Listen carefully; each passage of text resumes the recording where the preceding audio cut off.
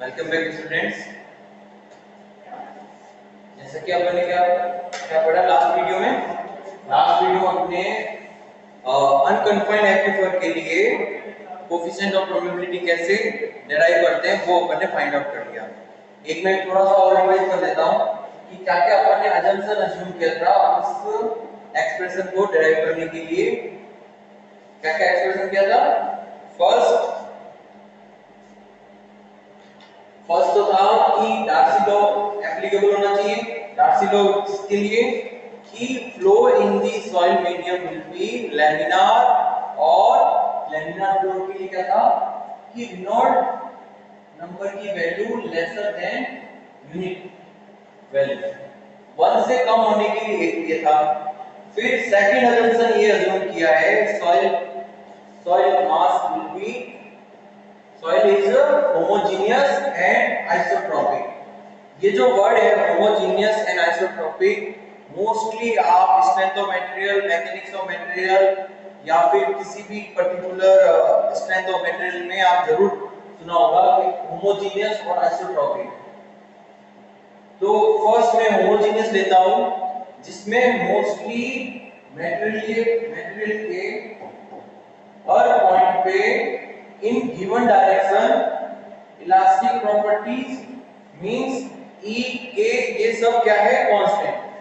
अगर मैं x direction में इलास्टिक कांस्टेंट मानता हूं Ex, तो उस मटेरियल के हर पॉइंट पे Ex डायरेक्शन में क्या होगा?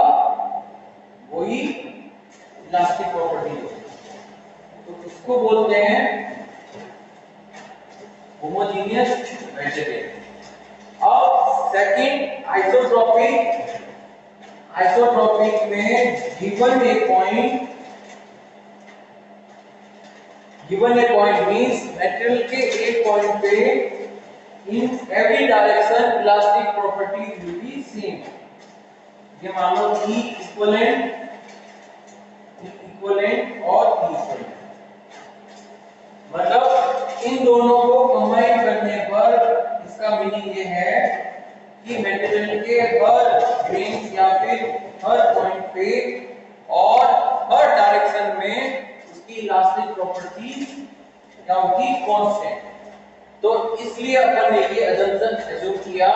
इससे क्या होगा? A की वैल्यू थ्रू आउट कांस्टेंट रहेगी डेप्थ पे, और आइसोट्रोपिक मींस कि either the x डायरेक्शन और either the in y direction में जो k की वैल्यू है वो कांस्टेंट है। थर्ड, जो वेल पेनिट्रेशन है वो फुली पेनिट्रेट होना चाहिए अप टू बेड रॉक। इसका मीनिंग क्या है कि इसका इनकमिंग जो वाटर है only for radial access, means उसको सिर्फ रेडियल पाथ से ही एंट्री मिल सकती है, बॉटम से वाटर इनकमिंग नहीं अज्यूम किया है। देन फोर्थ नंबर Q, इस डिस्चार्ज जो है वो क्या होगा? Study discharge. Q की dQ की वैल्यू कांस्टेंट रहेगी, तो इसमें क्या है? टाइम के अकॉर्डिंग डिस्चार्ज वेरी नहीं करेगा। तो एक फोर्थ अजम्पशन, लास्ट अजम्पशन मैंने बता रखा था कि थ्रू आउट डेप्थ, जो स्टेटा की जो डेप्थ है उसमें k की वैल्यू क्या है? कांस्टेंट। k वेरी नहीं कर रहा। अब आते हैं अपन second type of aquifer, confined aquifer. Confined नाम से पता चल रहा है कि ये दो इनपर्मिएबल स्टेटा के बीच में कन्फाइंड है। तो इसको कैसे प्लॉट करेंगे अपन? इस तरह कि फर्स्ट ये है आपकी ग्राउंड सरफेस, देन ये है आपका क्या? बेडरॉक, और ये है आपकी फर्स्ट ग्राउंड टेबल। ओके, अब आपने क्या किया यहाँ पे?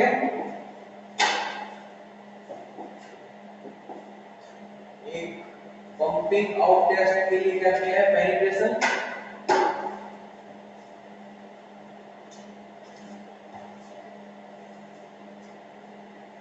ओके, देन ये सेंटर ऑफ वेल। ओके, अब एक चीज और याद रखना है इसमें, क्या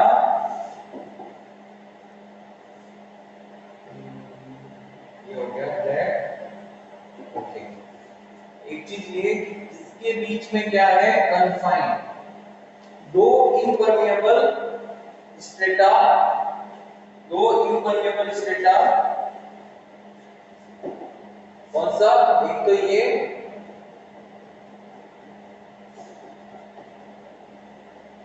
और एक बेडरॉक।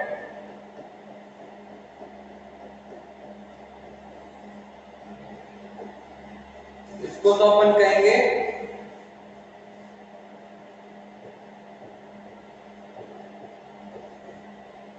बेडरॉक, और ये क्या है, इम्परमेबल स्ट्रेटा। तो इसका मीनिंग पता चल गया, कन्फाइंड मींस ये जो परमेबल स्ट्रेटा है, जो सॉइल फॉर्मेशन इसका एक्विफर, वो दो इम्परमेबल स्ट्रेटा के बीच में क्या है, सैंडविच की तरह, इसलिए इसको क्या बोला, कन्फाइंड। और ये है आपकी natural ground water table. Okay, then इस पर्टिकुलर एक्विफर की जो थिकनेस है वो है कैपिटल बी। ओके, और टेस्टिंग जो वेल है उसकी रेडियस है HW। फर्स्टली वाटर क्या होगा इसमें, यहां से आउट आपने डिस्चार्ज किया, collect Q constant, steady flow की वजह से अटेंशन ले रखा है, और यहां पे क्या होगा, initial cone of frustum develop होगा।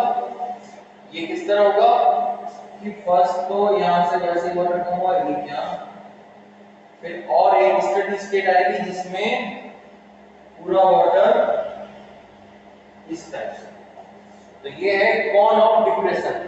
तो ये फाइनल जब स्टडी फ्लो स्टार्ट हो जाएगा वो है ड्रॉ डाउन, उसको बोलते हैं SW। और यहां से R डिस्टेंस पे वाटर टेबल का एलिवेशन या हाइट कितना है, ये है H2। और टेस्टिंग करने के लिए अपन ने पंप आउट किया, एक किया है मैंने यहाँ पे, उसकी डिस्टेंस है यहाँ से इसके सेंटर से और इसके सेंटर R1, और इसी से आगे एक और डिस्टेंस है R2 पे, उस पे। ओके, दो और मैंने एक्स्ट्रा कर लिया है, water table from centre of the testing, जो टेस्टिंग वेल है उससे R1 डिस्टेंस और R2, इस पे वाटर टेबल का एलिवेशन कितना है, ये है एलिवेशन, यहां से जूम करूं मैं, ये एलिवेशन है R1 के करस्पॉन्डिंग H1 और R2 के करस्पॉन्डिंग H2। ओके स्टूडेंट्स, अब आते हैं वापस सेम कि हाइड्रोलिक ग्रेडियंट क्या होगा, R डिस्टेंस पे फॉर dr वेरिएशन dh और dr, तो slope of ground water table I equal to dh divided by dr। Okay, अब ध्यान रखना यहाँ पे कि इसमें radial distance from the centre of well, वहां से radial water only a constant depth या फिर कांस्टेंट हाइट d के अकॉर्डिंग ही आएगा। मींस कि अगर मैं एक रेडियल डिस्टेंस यहाँ पे लेता हूँ r, और ये सिलेंड्रिकल इसका जो एरिया होगा सरफेस वो हमेशा क्या रहेगा, हाइट तो कांस्टेंट b और इसकी पेरिफेरी कितनी हो जाएगी 2 pi r, periphery multiply by जो हाइट होगी वो d, ये आ गया इसका क्रॉस सेक्शनल एरिया या फिर सरफेस एरिया। उसमें क्या था अनकन्फाइंड में कि क्योंकि जो ये हाइट थी या फिर ये जो थिकनेस ऑफ एक्वीफर थी वो वेरी थी, जैसे जैसे r पे जाओगे वाटर टेबल के अकॉर्डिंग आ रही थी, जैसे जैसे वाटर टेबल और इंक्रीज हुई r ये h की वैल्यू और डिक्रीज होगी। और height of water in testing well कितना है hw। ओके, ये आपको एग्जाम में सबसे पहले या फिर किसी भी न्यूमेरिकल प्रॉब्लम को समझने के लिए ये डायग्राम आपको बनाना पड़ेगा। ओके, अब आगे बढ़ते हैं। From the Darcy law, Darcy law क्या बोलता है कि Q equal to K A I। अब उसमें सबसे पहला कि सर इसमें तो अपन ने Q क्या कर रखा है स्टेडी, Q तो है constant value. Okay, then area मैंने कैलकुलेट कर दिया है सरफेस पेरिफेरी वाला 2 पाई r मल्टीप्लाई बाय क्या होगा h होगा या d, ये होगा थिकनेस ऑफ अनकन्फाइंड एक्वीफर और ये है लास्ट वैल्यू i, ये क्या लिख सकते हैं अपन dh डिवाइडेड बाय dr, यहाँ पे वैल्यू पुट करो k 2 pi r d multiply by dh divided by dr, या तो यहाँ पे dh करो dr divided by r equal to k 2 pi d भी कांस्टेंट k भी कांस्टेंट, क्योंकि k अपन ने क्या माना है h के करस्पॉन्डिंग अपन ने k को कांस्टेंट माना ना।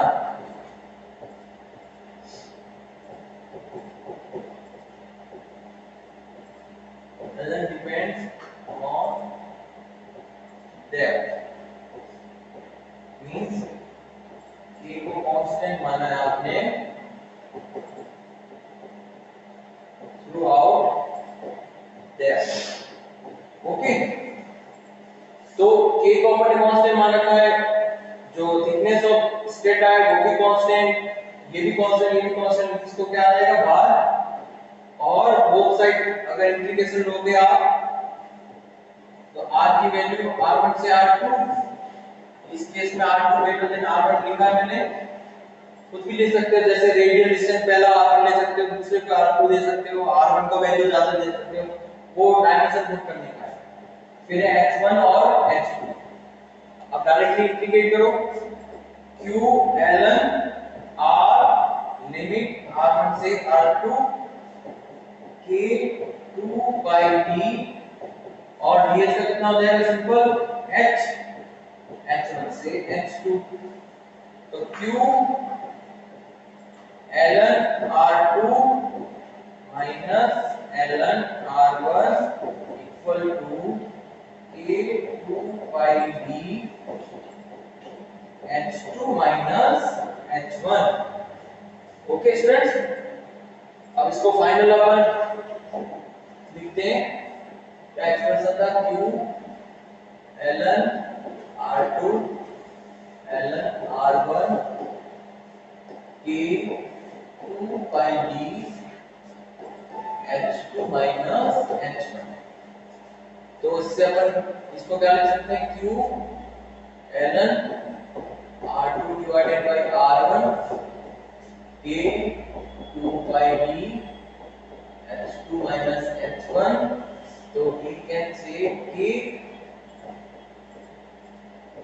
coefficient of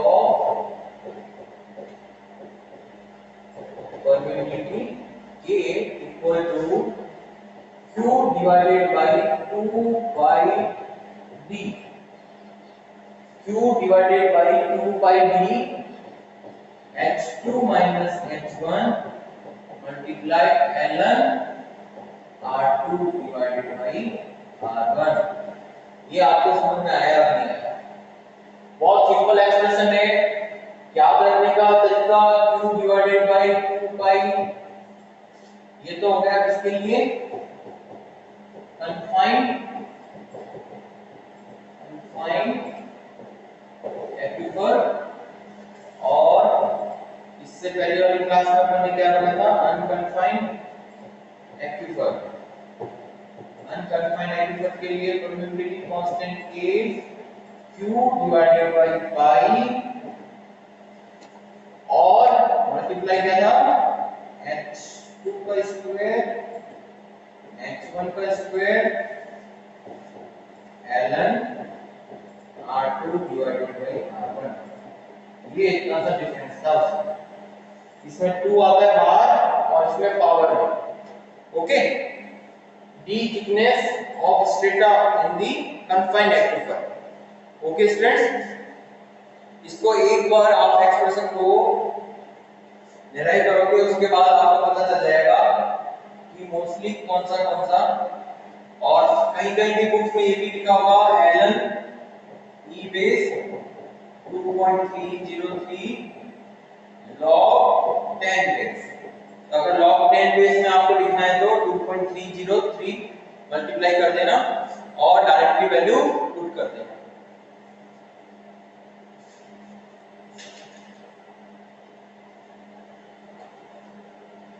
इसी determination of coefficient of permittivity में फील्ड मेथड में फर्स्ट मेथड अपना और होता है पंपिंग आउट टेस्ट, और पंपिंग इन टेस्ट जो है वैल्यू वो जो एक्सपेरिमेंट है जिससे अपन coefficient of permittivity find out करते हैं उसमें मोस्टली 2 टाइप्स के होते हैं, ओपन एंड टेस्ट और पैकर टेस्ट। ये जनरली जिसमें अपन होल ड्रिल करते हैं नॉर्मली, मींस ये आपने होल ड्रिल किया, इसके अंदर वाटर पंप इन करते हैं, उसके अपन कोएफिशिएंट K फाइंड आउट करते हैं। ये जनरली आपके सिलेबस में नहीं आता है, मोस्टली एमटेक और उनके लिए आता है कि ज्यादा एक्सप्रेशन इतना बड़ा हो। आपके लिए तो कन्फाइंड और अनकन्फाइंड और फील्ड मेथड के लिए आएगा। अब आता है इंटरेस्टिंग अपना क्या, फैक्टर्स अफेक्टिंग परमिटिविटी।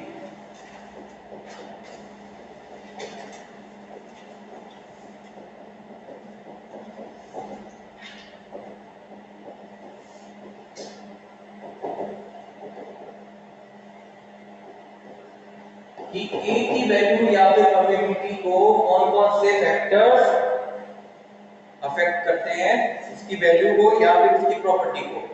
तो याद करके बताओ, मैंने बताया था कि जनरली इफेक्टिव स्ट्रेस इंक्रीज होती है। इफेक्टिव स्ट्रेस मींस कि कांटेक्ट जो फोर्स है ग्रेन टू ग्रेन वो इंक्रीज होता है, तो क्या होगा, डेंसनेस बढ़ती है। और वी वेरी वेल नो, अगर सॉइल की डेंसनेस बढ़ेगी मींस वो पोरस नहीं होगा, वॉइड्स और ज्यादा उसमें से कम होगा। तो इफेक्टिव स्ट्रेस इंक्रीज करने पे अपनी परमिटिविटी कोएफिशिएंट डिक्रीज होगा। देन सेकंड, अगर कोर्स ग्रेन और फाइन ग्रेन सॉइल लेते हैं, कोर्स ग्रेन सॉइल में साइज ऑफ वॉइड ज्यादा है और उससे क्या होगा, अपनी परमिटिविटी ज्यादा as compare to fine grain soil. और क्या फैक्टर हो सकते हैं कि साइज पे डिपेंड कर सकता है, शेप पे डिपेंड कर सकता है, वॉइड रेशियो पे डिपेंड कर सकता है, कंप्रेसिबिलिटी पे डिपेंड कर सकता है कि कितनी कंप्रेसिबल है। ज्यादा अगर कंप्रेसिबल है मींस डेंसनेस स्टेट में है तो परमिटिविटी कम होगी उसकी। तो ऐसे एक 1 बाय 1 अपन फैक्टर्स जो अफेक्ट करेंगे वो अपन स्टडी करते हैं। इसमें फर्स्ट आता है अपना फैक्टर पार्टिकल साइज।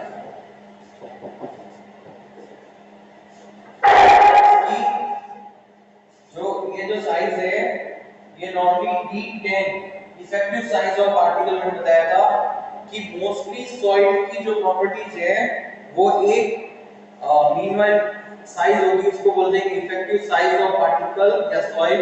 उसमें क्या कंसीडर करते हैं, D10 को। तो एक तो D10 पे, फिर तो इसमें ये कह सकते हैं कि जो k की वैल्यू है वो directly proportional to square of mean size of particle या फिर effective size of soil. Medium क्या है? Effective size of soil. तो k डायरेक्टली डिपेंड करता है कि साइज ऑफ पार्टिकल कितना है। अगर साइज ऑफ पार्टिकल ज्यादा है तो कोफिशिएंट ज्यादा है, मींस कोर्सर सॉइल है। कोर्सर सॉइल के लिए क्या होगा कि परमिबिलिटी की वैल्यू ज्यादा होगी। तो इसको रिप्रेजेंट करने के लिए एलन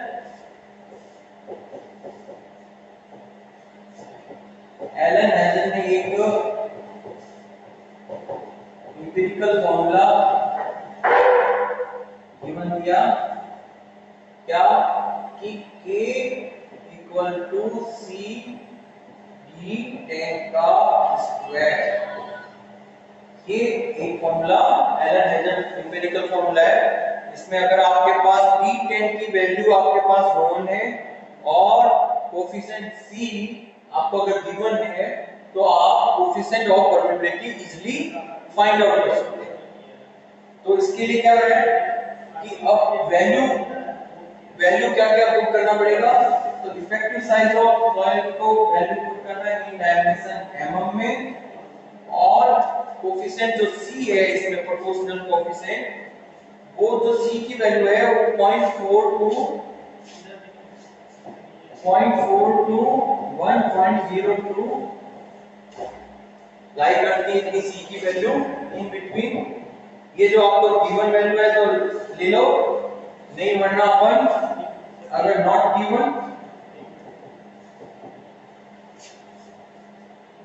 गिवन तो c की वैल्यू आप टेक यूनिट वैल्यू। तो अपन ने फर्स्ट फैक्टर अपन ने देखा कि पार्टिकल साइज पे क्या डिपेंड करता है, यूनिट वैल्यू जो मीन इसकी इफेक्टिव साइज है उसके स्क्वायर पे। और एक एम्पिरिकल फार्मूला एलन हेजन ने गिवन दिया क्या कि k इक्वल टू c और इसमें k की वैल्यू है सेंटीमीटर पर सेकंड। इसको जनरली मैं ऐसे भी कर सकता हूं k इक्वल टू क्या कि 100 d tan स्क्वायर।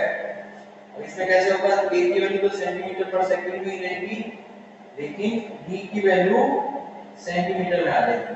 सेंटीमीटर से d की वैल्यू अगर सेंटीमीटर आएगी और इसमें क्या दे रखे अपन mm में, तो एप्रोक्सीमेट ये भी इक्वेशन यूज कर सकते हैं अपन। लेकिन ये जो है वो जनरली k की वैल्यू 10 की पावर -3 सेंटीमीटर पर सेकंड के लिए ही गुड रिजल्ट शो करती है। इसके बियॉन्ड आपको तो ये फॉर्मूला याद रखना है, k equal to c d tan square और c की वैल्यू 0.42 1.02 और नहीं गिवन दे रही थी 1 वैल्यू ले लो और d की वैल्यू mm में और k की वैल्यू सेंटीमीटर पर सेकंड में आपको पता है। सेकंड फैक्टर है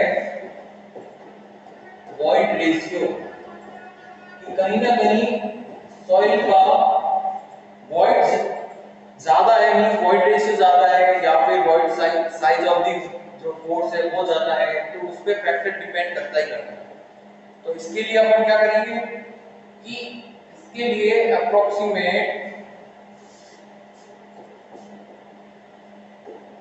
अकॉर्डिंग टू टेलर कि k प्रोपोर्शनल टू e की power 3 divided by 1 plus e, कुछ इस तरह एक्सप्रेशन में k पे डिपेंड करता है। Means coefficient of permeability e पे किस तरह डिपेंड करता है, e की power q divided by 1 plus e। अगर मैं इसको प्रोपोर्शनल करता हूं तो c पुट करूंगा और अगर एट इवन वॉइड रेशियो और इनटू वॉइड रेशियो पे अगर मैं K1 का एक्सप्रेशन लिखूं तो C1 E1 की पावर Q 1 प्लस E1 और K2 for E2 value means second void ratio value E2 Q 1 plus E2 और इसका प्रोपोर्शनलिटी कांस्टेंट C2। ओके, तो मोस्टली इस केस में ये नोट किया है कि इस तरह से ये फैक्टर डिपेंड करता है कि C1 और C2, और ये जो फैक्टर है ये वापिस शेप फैक्टर मींस पार्टिकल का शेप कैसा है, ट्रायंगुलर है, सब एंगुलर है या फिर राउंडेड है, उस पे भी डिपेंड करता है शेप फैक्टर। तो अब तो ये याद रखो कि k भी किस तरह डिपेंड करती है, e जो है वो k पे किस तरह डिपेंड करता है, e की power q divided by 1 plus e। Okay students, next अपन आगे बढ़ते हैं फैक्टर, थर्ड फैक्टर क्या है कि जो लिक्विड इसमें से फ्लो करता है जो लिक्विड इसमें सॉइल मास में फ्लो करता है उसका क्या प्रॉपर्टीज है, मींस उसकी विस्कोसिटी और वो किस टेंपरेचर में। तो थर्ड फैक्टर है इफेक्ट ऑफ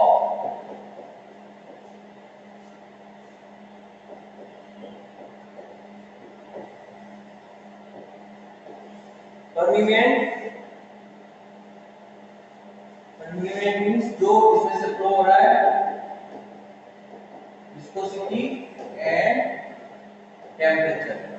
तो इसमें ऑब्जर्व किया है कि K डिपेंड करता है proportional to mu, K proportional to gamma divided by coefficient of viscosity. इसको डायनेमिक विस्कोसिटी भी बोल सकते हैं। तो एक तो gamma permeant means mostly water होता है, सेकंड उसकी विस्कोसिटी कोएफिशिएंट, और आपने फ्लो मैकेनिज्म नोटिस किया होगा कि विस्कोसिटी जो है लिक्विड की वो टेंपरेचर पे डिपेंड करती है। और लिक्विड के केस में क्या, जितना ज्यादा टेंपरेचर होगा उसका विस्कोसिटी उतनी रिड्यूस होगी, मींस कम होगा। तो अपन कह सकते हैं inversely proportional to viscosity but proportional to क्या, टेंपरेचर, कि जितना नॉन विस्कस या फिर विस्कोसिटी जितनी कम होगी वाटर या फिर परमीएंट उस सॉइल मास से क्या हो सकता है, फ्लो इजीली फ्लो हो सकता है। तो परमिएबिलिटी डायरेक्टली डिपेंड करता है टेंपरेचर पे भी और उसकी विस्कोसिटी पे जो लिक्विड इसमें से फ्लो कर रहा है। फोर्थ फैक्टर अपन कंसीडर करते हैं, कौन सा फोर्थ फैक्टर अपन कंसीडर कर रहे हैं, shape of particles.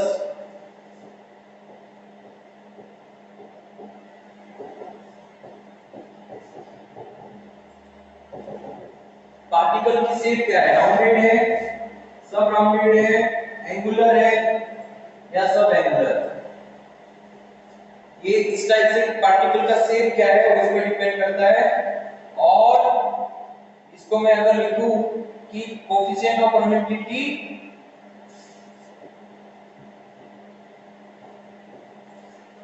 Inversely proportional to square of surface area,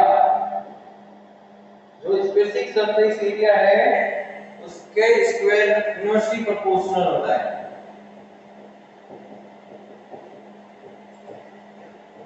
specific surface area तो K inversely proportional to square of specific surface area, इस पे डिपेंड करता है। तो अगर मैं कंसीडर करूं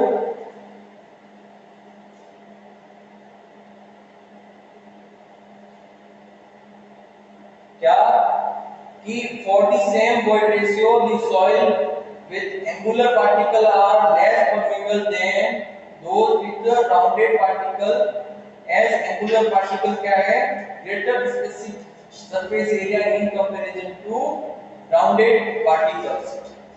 अगर मैं इसको जो मैंने लैंग्वेज बोली इसको एक्सप्लेन करूं कि ये क्या है, राउंडेड पार्टिकल, इसका स्पेसिफिक एरिया है मान लो SA1 और ये है एंगुलर पार्टिकल, इसका स्पेसिफिक सरफेस एरिया वो है SA2। तो SA2 की वैल्यू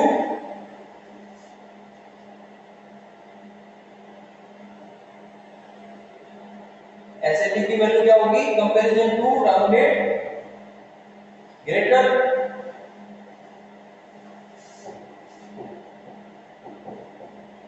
मींस कि एक कांस्टेंट वॉल्यूम में कितना सॉइल मास ग्रेन का सरफेस एरिया एंगुलर पार्टिकल के लिए क्या होगा, ज्यादा, और राउंडेड पार्टिकल के लिए क्या हो जाएगा, कम। तो k की वैल्यू एंगुलर पार्टिकल के लिए तो क्या हो जाएगा, कम, बट राउंडेड पार्टिकल है मींस अगर इस तरह से है राउंडेड पार्टिकल तो उसमें k की वैल्यू ज्यादा होगी। ये बात आपको समझ में आई थी। फर्स्ट कंपैरिजन ये है कि k inversely proportional to square of specific surface area, ये अपन ने फाइंड आउट किया। देन ये जो specific surface area rounded particle के लिए क्या होगा, कम as compare to angular particle, कि एक पर्टिकुलर स्पेसिफिक सरफेस एरिया में क्या बताया था कि 1 kg या फिर 1 मीटर क्यूब वॉल्यूम में जो पार्टिकल्स होगा उसका सरफेस एरिया वो होगा specific surface area. Specific terms क्यों यूज कर रहे हैं, जनरली उसका यूनिट वॉल्यूम या फिर यूनिट मास के लिए कंसीडर कर रहे हैं। ओके, और अगर मैं इसको इनडायरेक्टली समझूं कि void ratio for the soil with angular particles may be greater than that of rounded particle, तो उसके लिए भी अपन ये मान सकते हैं कि एंगुलर पार्टिकल में भी एक्चुअली मोर परमेबल। ओके,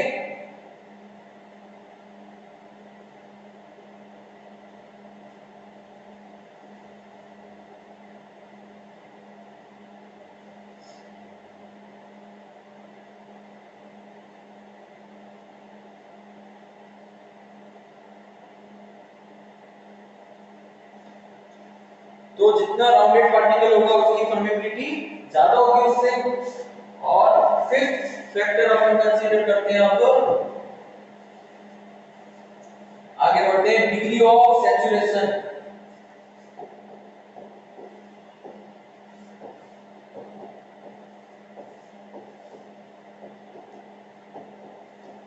अगर वो पहले से सैचुरेटेड है मींस उसमें से वाटर उसने कांटेक्ट फोर्स को ऑलरेडी लूज कर रखा है तो वाटर इजीली उसमें से पास हो जाएगा। और अगर वो मॉइस्ट है या सेमी सैचुरेटेड है मींस अनसैचुरेटेड है तो फर्स्टली वाटर को क्या है उसमें से पासिंग होने के लिए क्या बनेगा, रेजिस्टेंस। तो सैचुरेटेड सॉइल के लिए क्या हो जाएगी, k की वैल्यू ज्यादा, पार्शियली सैचुरेटेड कंपेयर। अब अदर देन फैक्टर्स बहुत हैं, जैसे इफेक्ट ऑफ सॉइल फैब्रिक, अगर अंदर सॉइल के अंदर क्ले है, अगर फैब्रिक है तो उस केस में ना वो इम्परमेबल होगा।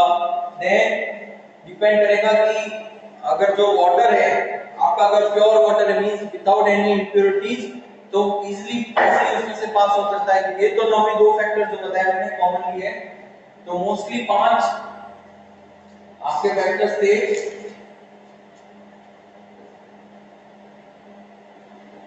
और इफेक्ट ऑफ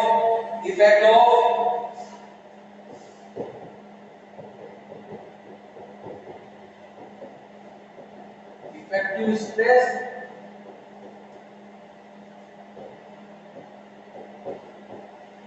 जितनी कम होगी उतना परमेबिलिटी ज्यादा और जितनी ज्यादा होगी उतनी कम।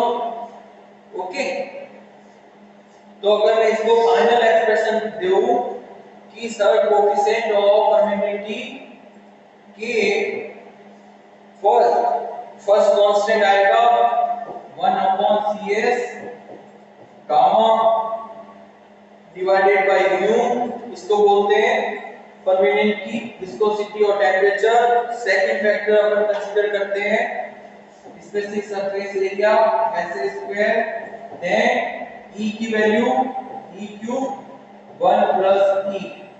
इस तरह का एक्सप्रेशन आपको एम्पिरिकल मिल सकता है। इस इक्वेशन को बोलते हैं पॉज़ेनी-कार्मान इक्वेशन।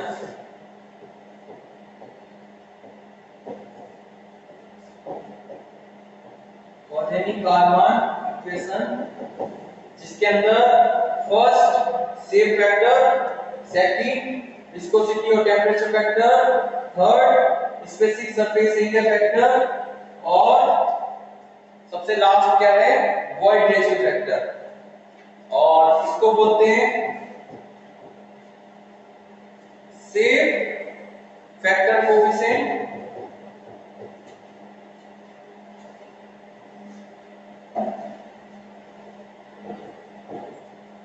और ये ऐसे क्या है, स्पेसिफिक सरफेस एरिया। ओके, और एक एलन हेजन फॉर्मूला बता रखा था कि equal to C T square. एक फॉर्मूला करेक्ट कर देना, मैंने सीबी की वैल्यू लिखा था a divided by mg gamma w। ये करेक्ट एक्सप्रेशन है। इसमें कंसोलिडेशन टेस्ट के लिए बता रहा हूं। ये उसमें a की वैल्यू, अगर cb की वैल्यू और mv की वैल्यू बताए तो डायरेक्टली अपन कोएफिशिएंट ऑफ इनडायरेक्टली अपन क्या बता सकते हैं, k equal to cb multiply mv multiply gamma w। इससे अपन फाइंड आउट कर सकते हैं। ओके, अब आते हैं एक और इसमें रिमेनिंग बच गया क्वेश्चन, वो है कि सॉइल स्ट्रेटा का जो स्ट्रेटिफिकेशन है वो किस तरह से। स्ट्रेटिफिकेशन मींस कि either in the horizontal layer और वर्टिकल लेयर, उसको अपन देखते हैं। उसके बाद आपका परमिबिलिटी जो चैप्टर है वो कंप्लीट हो जाएगा। एक आपको होमवर्क में दूंगा, जो मैंने टेस्ट बताया था सबसे last, to find out the permeability coefficient of permeability आपको फाइंड आउट करने के लिए मैंने एक टेस्ट बताया था, कैपिलरिटी परमिबिलिटी टेस्ट मेथड। ये आपको होमवर्क देता हूं, इसको अच्छे से पढ़ के इसका एक्सप्रेशन अगर आपको समझ में नहीं आता तो मैं नेक्स्ट क्लास में इसको एक्सप्रेस कराऊंगा किस तरह इसका डेरिवेशन होता है।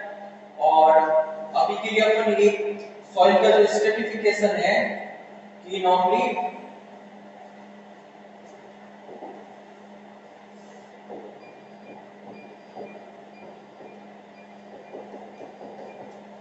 permeability of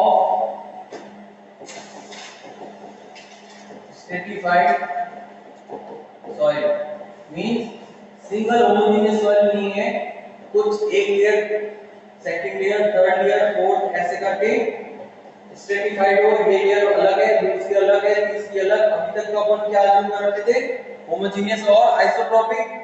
तो इसके लिए क्या होगा, इसका K1 अलग होगा, इसका K2 मींस कोएफिशिएंट परमिबिलिटी अलग होगा और जो थिकनेस होगी वो भी अलग है। तो first depends on the flow condition. Flow condition क्या है कि फर्स्ट वर्टिकल और हॉरिजॉन्टल फ्लो में मैं कह सकता हूं, ये तो स्ट्रेटिफाइड हो गया। वर्टिकल स्ट्रेटिफाइड मींस इस टाइप से और हॉरिजॉन्टल स्ट्रेटिफाइड मींस ऐसे। अब सेकंड फ्लो की कंडीशन क्या हो सकते हैं, flow parallel to stratification of soil, इसको बोलते हैं हॉरिजॉन्टल फ्लो। मींस वाटर का फ्लो पैरेलल टू, वाटर का फ्लो क्या है, पैरेलल टू स्ट्रेटिफाइड मींस इसके पैरेलल हो रहा है। और सेकंड, अगर वाटर का फ्लो इस टाइप से हो जाए,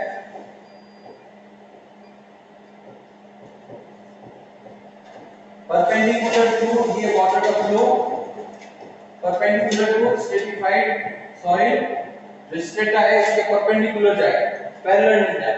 तो दोनों कंडीशन में इक्विवेलेंट परमिबिलिटी कोएफिशिएंट अपने को फाइंड आउट करना है दोनों कंडीशन में। तो फर्स्ट केस में अज्यूम कर रहा हूं अपने लिए क्या, हॉरिजॉन्टल फ्लो,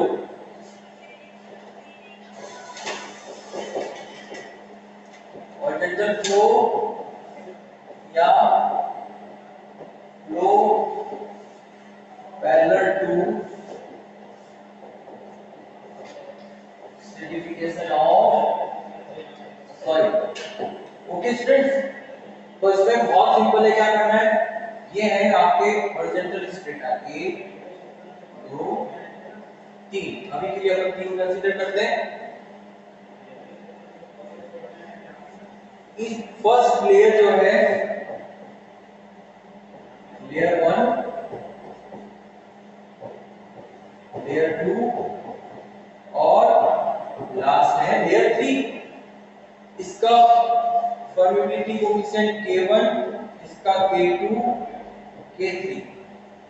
इसकी स्ट्रेटा की हाइट है H1, H2, H3 और length of medium equal to L। अब क्या करना है, वाटर का फ्लो कराना है यहां से। ये लो, कुछ अपने हेड क्रिएट किया, वाटर का हेड क्रिएट करने के बाद में क्या, ये ले लिया मैंने वाटर का हेड, ये इनकमिंग आया है इसके पास Q। ओके, अब जो ये Q है डायरेक्टली इसमें से क्या निकलेगा, वाटर, ये आउटलेट वाटर। समझे आप कि इन पर्टिकुलर स्ट्रेटिफाइड सॉइल के लिए कहीं पे भी हेड डिफरेंस, वाटर का हेड डिफरेंस, मैंने बताया था टॉप मोस्ट जो सरफेस ऑफ वाटर है उसके बीच में जो डिफरेंस होता है वो है वाटर हेड डिफरेंस। इसको मान लो कैपिटल H, तो कैपिटल H स्मॉल h, तो अज्यूम कर लिया मैंने स्मॉल h। ओके स्टूडेंट्स, अब क्या करना है अपने को, अब अपने को जो L की वैल्यू अपन ने अज्यूम की, लेंथ ऑफ मीडियम। अब मेरे को इसमें से कौन बताएगा कि सर इसमें Q की वैल्यू डिफरेंट होगी और हाइड्रोलिक हेड या जो हेड लॉस होगा वो कांस्टेंट होगा। कैसे कि ये सिमिलर कंडीशन है आपके फिक्सेंट या फिर फ्लूइड मैकेनिज्म में पाइप फ्लो आया होगा, जिसमें एक सिंगल पाइप से आप ब्रांचेज पाइप में अगर डिस्चार्ज डिस्ट्रीब्यूट करते हो, तो इसके लिए मैं ये मान सकता हूं कि फर्स्ट जो डिस्चार्ज है वो है Q1, सेकंड है Q2 एंड फाइनल है Q3। ये समझ में आया नहीं आया कि सर यहां से इक्विवेलेंट, कैसे इक्विवेलेंट डिस्चार्ज का Q फर्स्ट लेयर में डिस्चार्ज है Q1, सेकंड लेयर में डिस्चार्ज है Q2 एंड थर्ड लेयर में डिस्चार्ज Q3। ये दोनों आपस में तीनों आपस में ऐड होने के बाद में वापस क्या बना देगा, इक्विवेलेंट डिस्चार्ज Q।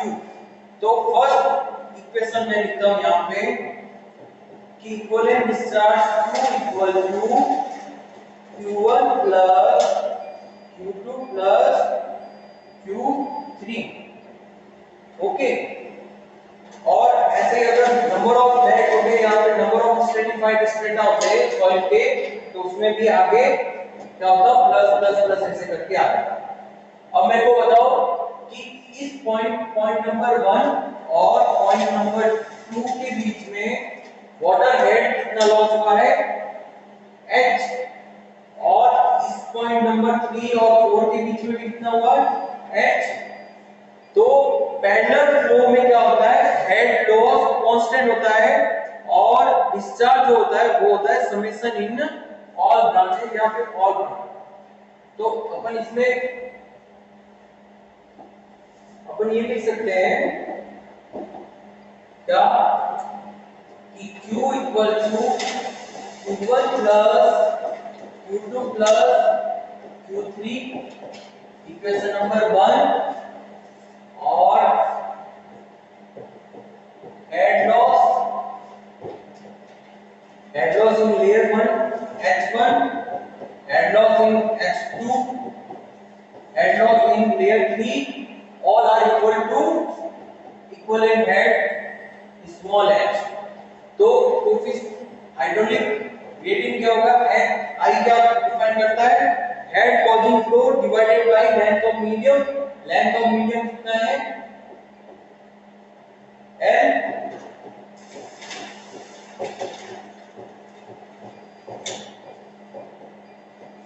तो ये तो हो गया आपका कांस्टेंट। अब from the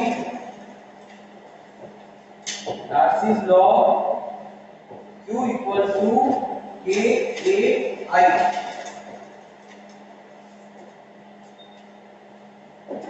K A I A क्या होता है कि जहां पे फ्लो होता है उसके परपेंडिकुलर अपना हाथ रखो और इस परपेंडिकुलर हाथ से कितना फ्लो पास हो रहा है वो एरिया कंसीडर होगा।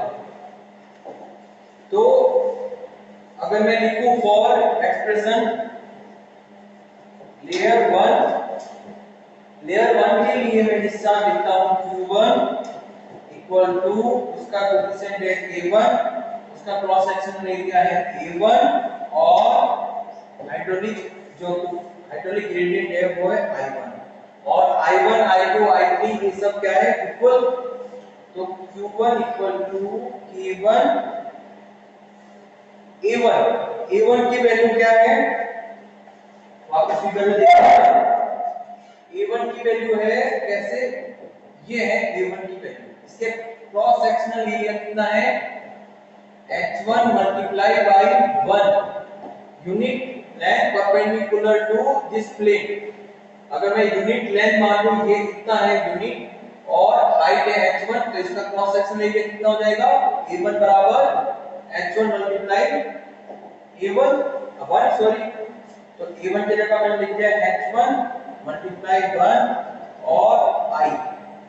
अब Q को मैं Q1 को लिख सकता हूं A1 और H1 और I so on Q2 क्या आ जाएगा? A2 H2 I। इसी तरह वापस Q3 K3 H3 I।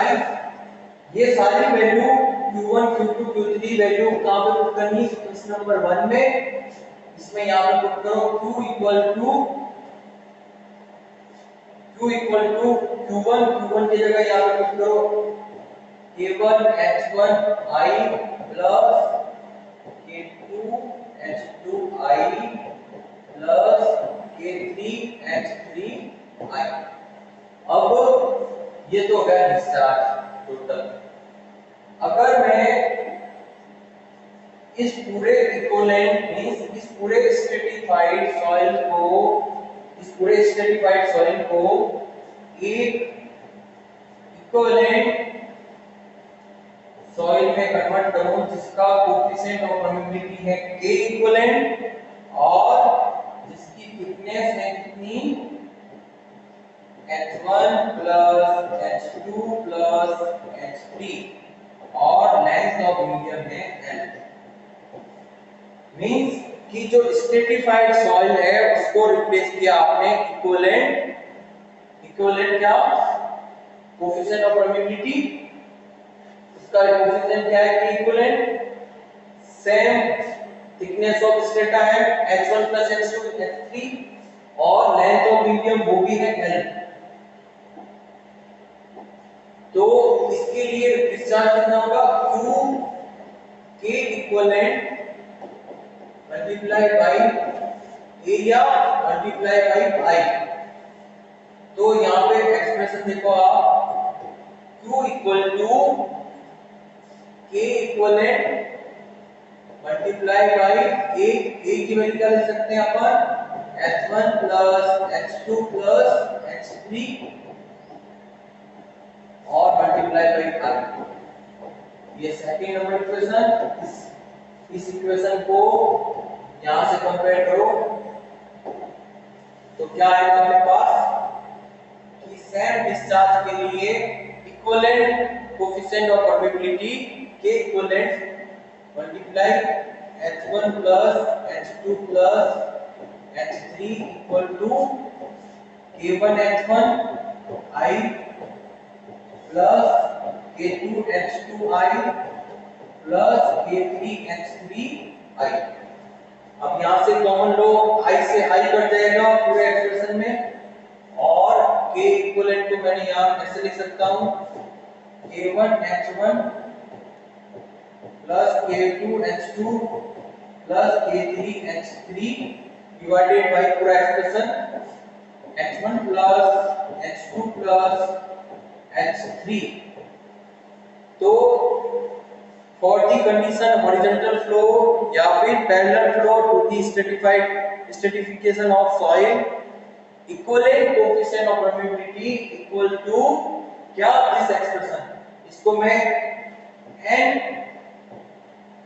Strata जो स्ट्रेटिफाइड हो उसके लिए कैसे रिप्रेजेंट कर सकता हूं कि sir A equivalent equal to summation I की वैल्यू 1 से n तक K I H I divided by H I। ये समेशन हो सकता है। इसका मीनिंग ये है कि arithmetic mean of K1 and K and H, तो समेशन पहले K multiply H find out करो डिवाइडेड बाय कैपिटल H। तो इस हॉरिजॉन्टल फ्लो के लिए अपन ने फाइंड आउट कर दिया क्या, K इक्विवेलेंट की वैल्यू। इसी तरह सेकंड अपन चलते हैं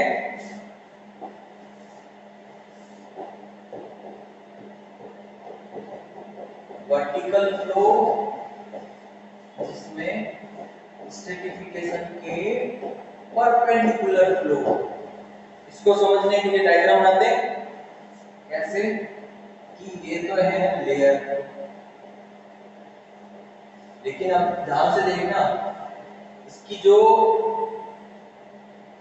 क्या जो फ्लो डायरेक्शन है वाटर की वो है परपेंडिकुलर। ये आपने मान लिया पोरस स्टोन, और इनकमिंग वाटर हेड आपने मान लिया यहाँ पे ये वाटर हेड है, और आउटकमिंग के लिए भी एक पोरस स्टोन लगा देते हैं। ये जस्ट लाइन डायग्राम बना रहा हूं। आउटपुट के लिए आपने बना लिया इतना बड़ा फोन, और इसका लेवल है ओके। तो अब अपन क्या करते हैं, यहाँ पे इसकी थिकनेस है H1, इसकी थिकनेस है H2, इसकी थिकनेस है H3, और लेंथ ऑफ ये जो लेंथ मींस इसकी जो विड्थ है वो है L। तो हमेशा याद रखना पहला क्रॉस सेक्शनल एरिया के लिए परपेंडिकुलर जो फ्लो है वो एरिया कंसीडर होता है। L की वैल्यू लेंथ ऑफ मीडियम पे डिपेंड करता है कि वाटर किस में से पास हो रहा है, लेंथ को काउंट करना है। तो इस केस में क्रॉस सेक्शनल एरिया आपका कैपिटल A को लिख सकता हूं L मल्टीप्लाई बाय 1 क्या है, unit width of this strata perpendicular to this board, और इसकी जो थिकनेस होगी टोटल वो थिकनेस होगी H1 plus H2 plus H3। तो मेरे को ये बताओ कि इसमें कौन सी चीज कांस्टेंट रहेगी। कांस्टेंट का मींस कि अगर यहां से इनकमिंग डिस्चार्ज Q आता है तो आउटपुट भी Q होगा, जिसको बोलते हैं सीरीज कंडीशन। सीरीज में अगर ऐड है तो इसमें भी वाटर का फ्लो होगा Q, इसमें भी वाटर का फ्लो होगा Q, इसमें भी वाटर का फ्लो होगा Q। बट ये जो लेंथ ऑफ सॉइल है या स्ट्रेटा है ये डिफरेंट है। तो डिफरेंट होने की वजह से क्या होगा कि जो हाइड्रोलिक जो हेड होगा वो डिफरेंट होगा। तो इसका हाइड्रोलिक ग्रेडियंट मान लेता हूं I1, इसका मान लिया I2, इसका मान लिया I3।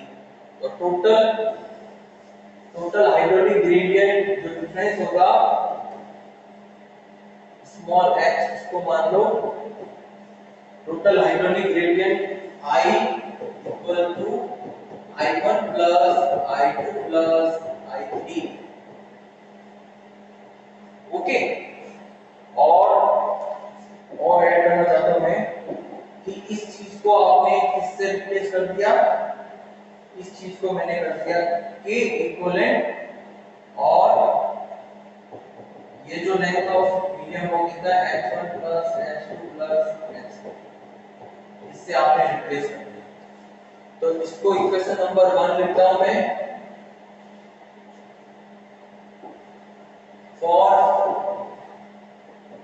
लेयर 1 के लिए Q equal to K1 cross sectional area A और I1।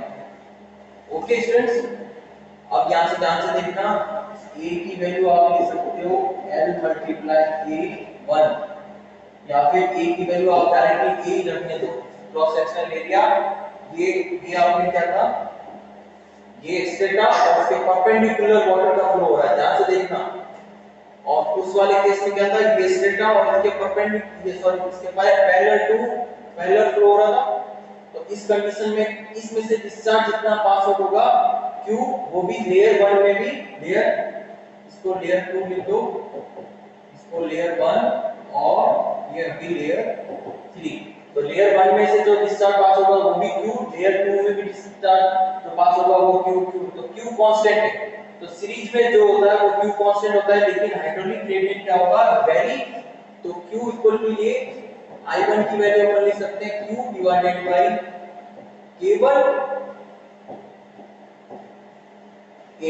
ओके, अब आते हैं अपन किस चीज पे, लेयर 2 पे। तो लेयर 2 के लिए Q होगा K2 A I2 केवल यहां से फाइंड आउट करो, Q divided by K2 divided by A। और इसी तरह लेयर 3 के लिए क्या हो जाएगा, Q equal to A3 A I3 equal to Q divided by A3 A। Third, second और फर्स्ट I1 इक्वल sorry equivalent hydraulic gradient I equal to I1 plus I2 plus I3, ये अपन ने फाइंड आउट कर दिया। Okay, तो अब इस एक्सप्रेशन में अपन को पुट करना है क्या, I1 की वैल्यू, I2 की वैल्यू, I3 की वैल्यू। ओके, और क्या पुट करना है अपने को,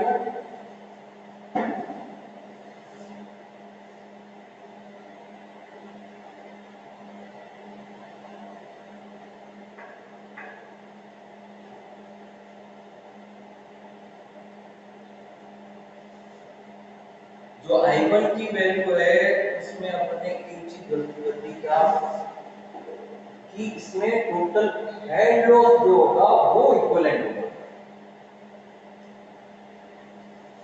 यहां पर मैं आपको करेक्ट करना चाहता हूं कि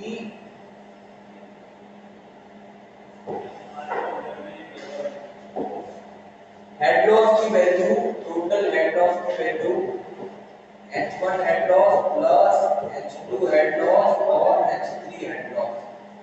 इसमें हेड लॉस होगा H1, इसमें हो गया H2 और इसमें H3। टोटल जो हेड लॉस होगा वो है HL।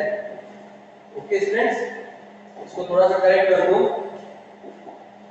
ये जो हाइड्रोलिक जो ग्रेडियंट है उसका समेशन नहीं होगा, वो H में होगा कि total head loss equal to first layer में head loss plus second layer में head loss plus third layer में हेड लॉस। और टोटल हेड लॉस को क्या लिख सकते हैं, I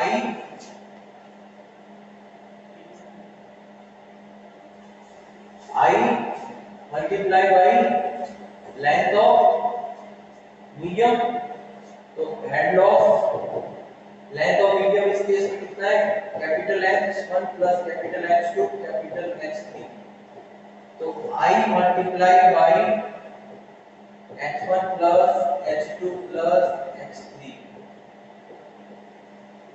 ये टोटल हेड लॉस, और H1 हेड लॉस होगा I1 multiply by length of medium, तो H1 बराबर I1 की जगह पुट करो Q divided by K1 A H1।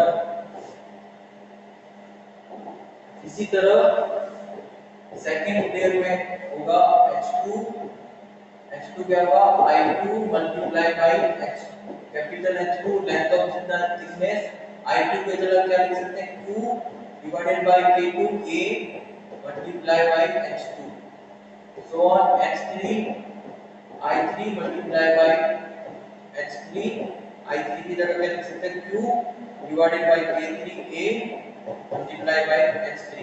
ये सारे एक्सप्रेशन किसके अंदर रखना है, HL के अंदर, H1 plus H2 plus H3, HL equal to आ जाएगा क्या, Q divided by K1 A H1 Q divided by K2 A H2 Q divided by K3 A H3, और इसको मैं एक्सप्रेशन को कॉमन लूं Q divided by K, common आ गया, यहां से आ गया आपका H1 divided by K1 H2 divided by K2 और K3 divided by H3 divided by K3।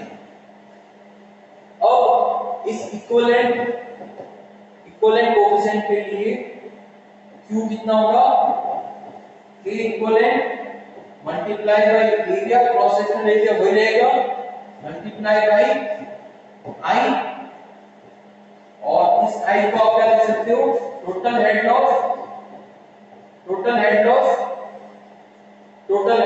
HL divided by total thickness H3। इन दोनों को यहां से HL की वैल्यू फाइंड आउट करो, HL की वैल्यू क्या हो जाएगी Q divided by K equivalent A, क्या एक्सप्रेशन आएगा Q multiply by H1 plus H2 plus H3। Okay, इन दोनों को इक्वेशन को बराबर करते हैं, फिर फाइनल एक्सप्रेशन K इक्विवेलेंट, तो अपन ने final K equivalent find out करना है, HL की वैल्यू और यहां से HL की वैल्यू दोनों इक्विवेलेंट करेंगे, तो अपने को क्या मिलेगा कि Q divided by K equivalent A multiply by H1 plus H2 plus H3, और इधर क्या था expression Q divided bye A H1 K1 H2 K2 और H3 K3। Okay students, Q और A कॉमन है, कैंसिल आउट हो गया, तो इससे अपन K इक्विवेलेंट भी निकाल सकते हैं, K equivalent to H1 plus H2 plus H3 divided by H1 divided by K1। ध्यान से देखना इसको, इस तरह